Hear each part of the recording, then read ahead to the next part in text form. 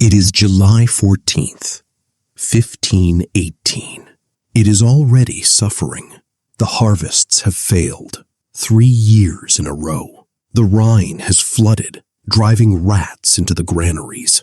And a strange illness, St. Anthony's fire, is spreading through the poorest quarters. It blackens the skin, consumes the limbs, fills the air with the sweet, rotting smell of gangrene. The people are hungry, terrified, exhausted, and into this suffering, a woman steps out of her house and begins to dance.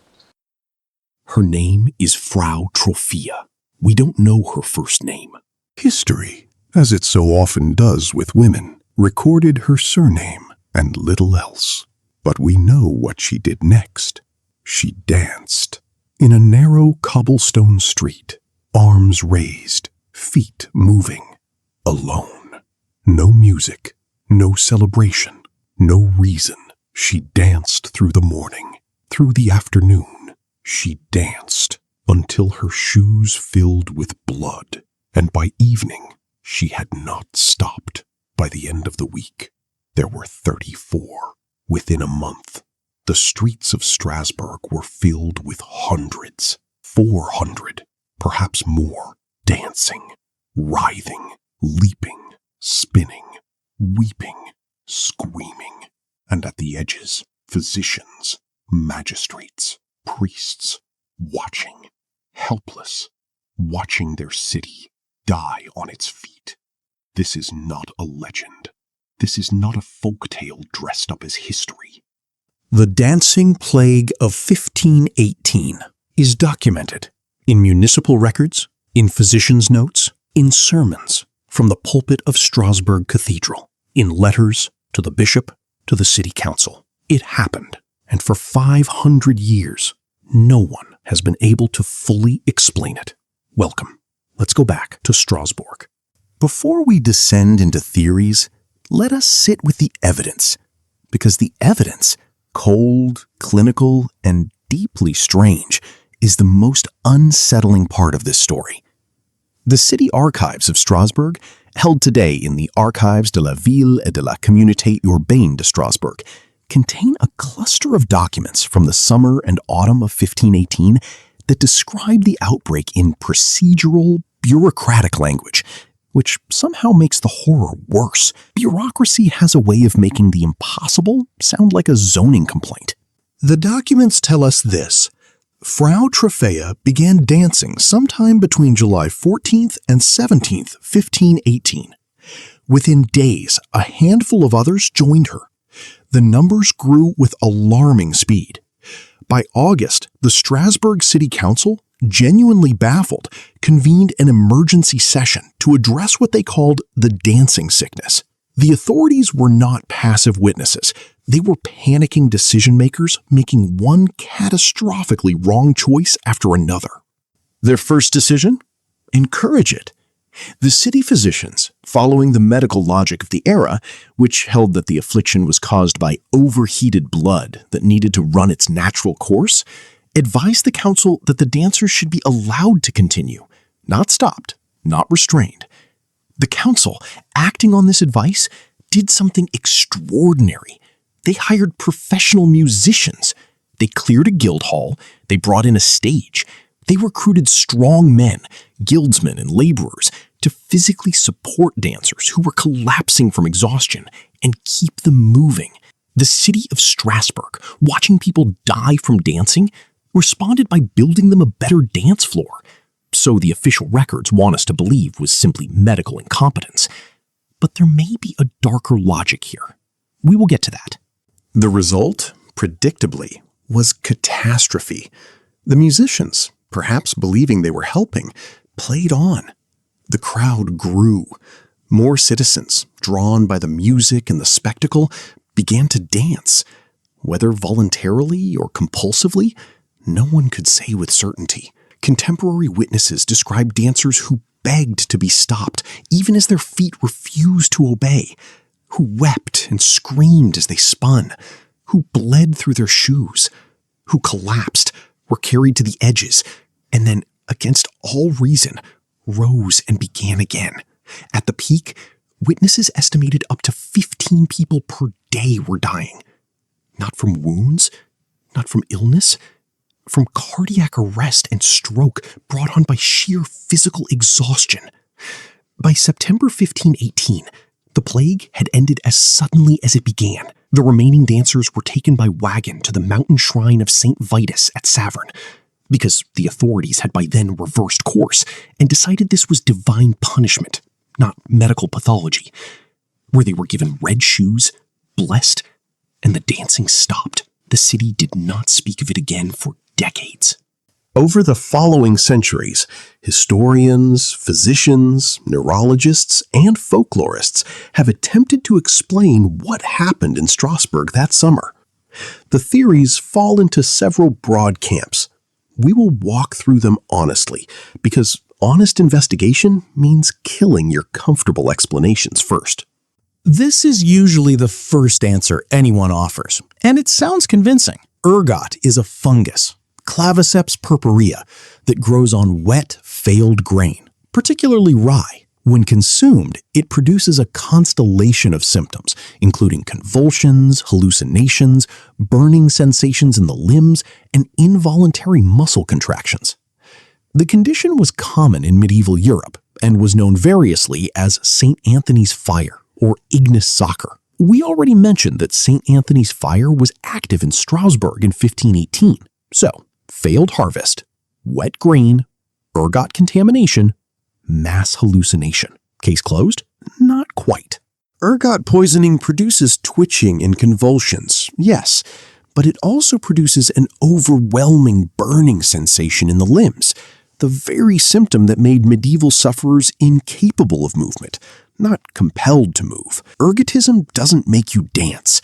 It makes you beg for your legs to be amputated. Furthermore, the documented behavior of the 1518 dancers, the coordinated movement, the purposeful choreography, the emotional responsiveness to music, the ability to navigate around obstacles, is wildly inconsistent with the disoriented, agonized thrashing of a person in ergot-induced convulsion. The ergot theory is tidy. It is also almost certainly wrong. Theory 2. Deliberate performance, or social contagion among the poor. A small number of scholars have suggested the dancing was a conscious act, a form of popular protest by the desperately poor against their feudal lords, performed in a context where religious ecstasy granted the lower classes a temporary social permission to occupy public space. This theory has some intellectual elegance. It fits into a tradition of carnival inversion, of the poor using ritual chaos to subvert hierarchy. But it collapses under the weight of the evidence. Frau Troffea apparently danced alone for days before anyone joined her. Eyewitnesses consistently described the dancers as terrified and involuntary. The dancing continued through the night, in darkness, when there was no audience. Multiple participants died. No one, however committed to political protest, dances themselves to death for a cause without someone writing a manifesto about it. Theory 3. Mass psychogenic illness, or as it was once called, mass hysteria. This is where the evidence leads, and where the story gets genuinely disturbing. Not because the answer is supernatural, but because it isn't. Mass psychogenic illness, or MPI, is a well-documented phenomenon in which large groups of people simultaneously experience genuine physical symptoms, paralysis, convulsions, uncontrollable movement, vomiting, fainting, with no organic cause. The body, under sufficient psychological stress, can generate real, observable, physically measurable symptoms that are entirely neurological in origin. This is not a metaphor.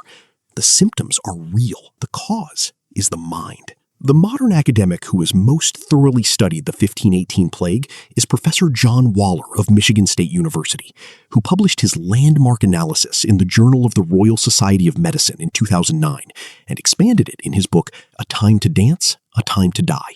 Waller's argument is careful, well-sourced, and deeply persuasive.